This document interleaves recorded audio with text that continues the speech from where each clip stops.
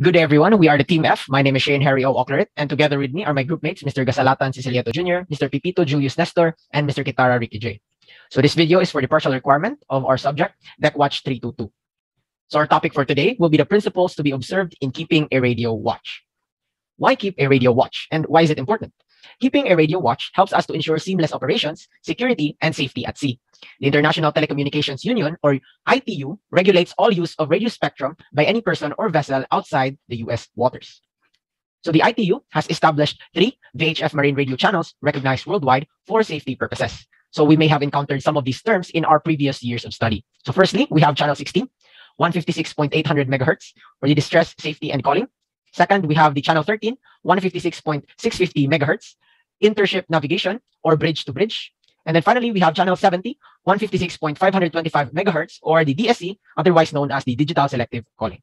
Thank you, Sir Shane, for the introduction. Good day, everyone. I am Deckwatch Jr., and I am here to discuss the Part 4-3, which is the principles to be observed in keeping a radio watch, in the Section A-8 or 2 of STCW Code. So, general provisions. The administrations shall direct the attention of the company's master and radio watchkeeping personnel to comply with the following provisions to ensure that an adequate safety radio watch is maintained while the ship is at sea. So, in complying with this code, the account shall be taken into the radio regulations. Next is the watch arrangements. So, in deciding for the watch arrangements for radio watch, the master of every sea-going ship shall ensure that the radio watch is maintained in accordance to relevant provisions of the radio regulations and SOLAS conventions. Second is to ensure that the primary duties for radio watchkeeping are not adversely affected by attending to radio traffic not relevant to the safe movement of the ship and safety of navigation. Lastly, take into account the radio equipment fitted on the board and its operational status. So that will be all for my topic. Once again, I'm Ricky J. Kitara, and the next part of the report will be about performing the radio watch. So the radio operator performing radio watchkeeping duties shall, as stated in Chapter 8, Part 4-3, number 1, ensure that watch is maintained on the frequency specified in the radio regulations and the SOLAS convention, and number 2, while on duty, regularly check the operation of the radio equipment and its sources of energy and report to the master any observed failure of the equipment. Next is the requirements of the radio regulations and the SOLAS convention. When keeping a radio telegraph or radio log, as appropriate, shall be complied with. The maintenance of radio records in compliance with the requirements of the radio regulations and the SOLAS convention is the responsibility of the radio operator designated as having primary responsibility for radio communications during distress incidents.